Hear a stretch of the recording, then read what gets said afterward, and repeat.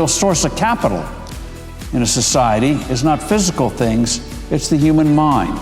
Knowledge comes from constant experimentation, whether it's in the laboratory, marketplace, wherever. My grandfather said the purpose of business is to produce happiness, not to pile up money, and that's what you have to keep in mind. If you have the goal, the means to change it may change, the tools may change.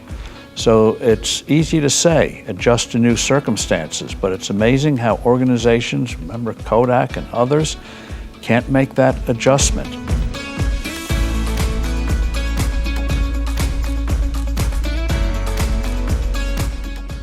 The way you succeed is by having something that somebody else wants.